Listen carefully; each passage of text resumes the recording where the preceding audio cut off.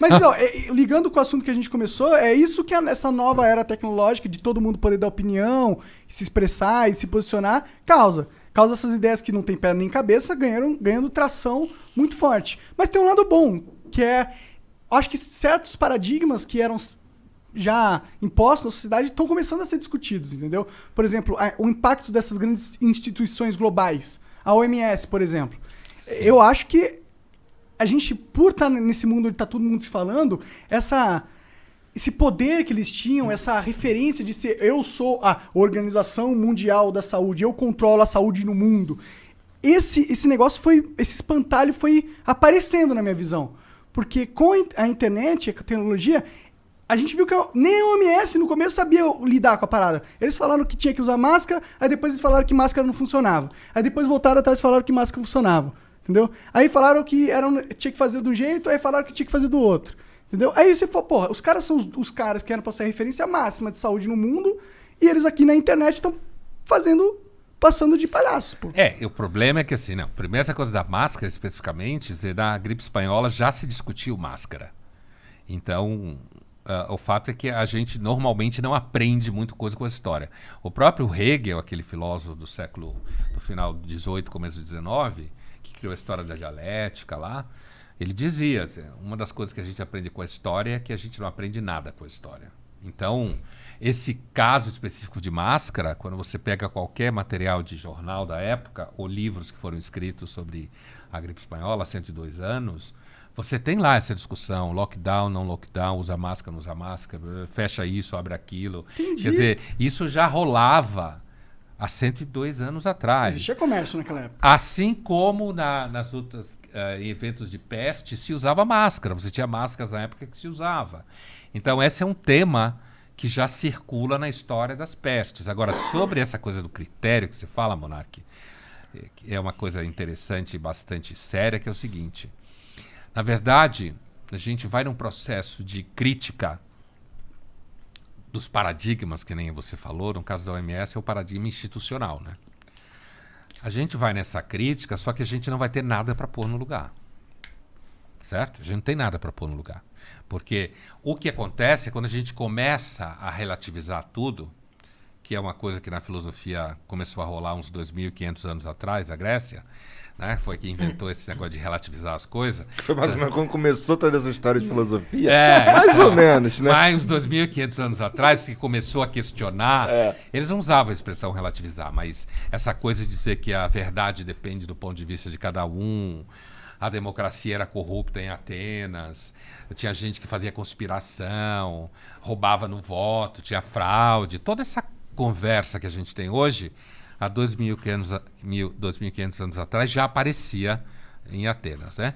Mas o que significa é que, de fato, existe um problema, porque parece que tudo que a gente consegue construir historicamente, socialmente, são convenções. E aí, quando a gente começa a questionar as convenções, o questionamento não para.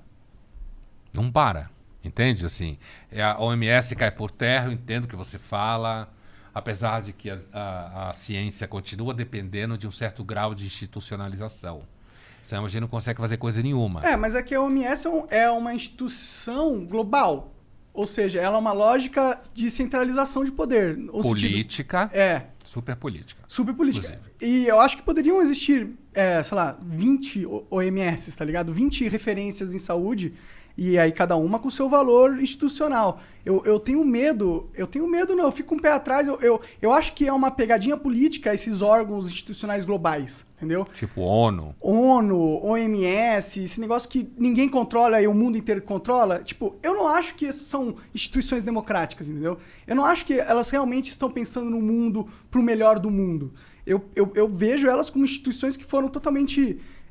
sequestradas por poderes muito maiores do que os nossos, e elas seguem a cartilha da convenção dos poderosos, entendeu? Eles não seguem um rigor de, tipo, prezar pela humanidade, o certo é o certo, e a gente tem... Não, porque... E o que prova isso? As atitudes dele. Tipo, se você tem esse rigor pela humanidade, você não é um órgão corrompido, você não fica, tipo... Você não se põe como o órgão de sabedoria de todos e fala que não é para usar máscara, sendo que a convenção de 100 anos atrás é que tinha que usar máscara, tá ligado? Na verdade, é que a gente não sabe o que é certo exatamente, né? Não que eu sabe. parto de outro pressuposto. Eu acho que a humanidade sempre é corrupta e a gente não sabe com certeza o que é certo. A gente tem alguns momentos que é claro que é certo e há alguns momentos em certos grupos que parece que é o certo. Esses órgãos multilaterais, tipo ONU, Organização Pan-Americana de Saúde, a OPAS, Unicef, esse barato todo a partir da ONU surgiu depois da Segunda Guerra Mundial, né? Que foi uma tentativa, porque você teve uma Europa que se matou. Se a gente fizer fazer uma conta assim grosseira, mas nem por isso falsa, a Europa começou, sem levar a Idade Média em jogo, porque aí a gente vai bem longe, mas assim, dos final do século XVIII para cá, a Europa ficou se matando até 45. E também se matou nos Balcãs nos anos 90, né? Mas assim, então a Europa entrou, e com o surgimento da Revolução Industrial, ao longo dos 19, se matou muito. Muita violência que acabou na Primeira e na Segunda Guerra Mundial, com a gripe espanhola no final da Primeira Guerra Mundial.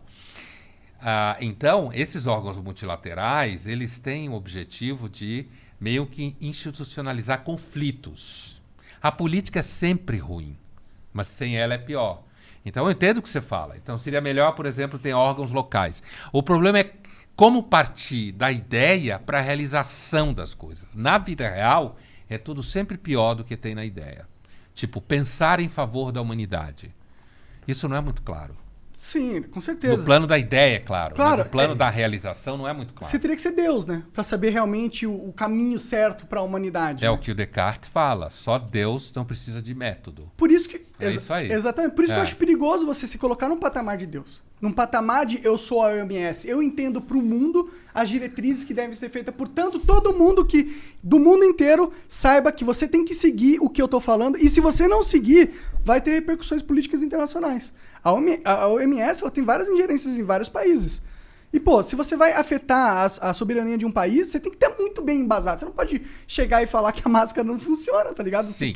Acaba totalmente aquela imagem, aquela ilusão que a população tinha, pelo menos eu tinha, que eles eram caras supracompetentes, ultracompetentes. Porque uma cagada dessa não se comete, igual o Bolsonaro não comprar vacina.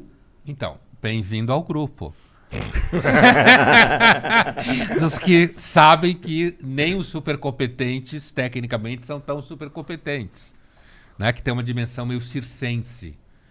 Né? Assim, você só tem que tomar cuidado porque esse raciocínio pode te levar facilmente ao niilismo. Sim.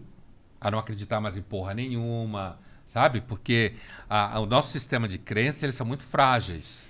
São muito frágeis. E a humanidade sempre precisa de alguns mecanismos de reparo, de contenção.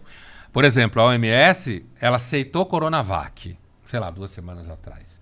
Na medida que ela aceita a Coronavac, significa que quem tomou a Coronavac pode ir para a Europa. Porque agora a Europa, os países do Mediterrâneo estão preocupados com o turismo de verão. Então, não tinham aceitado a Coronavac. Por quê? Porque, inclusive, tem lá todas as brigas ao redor de vacinas, né?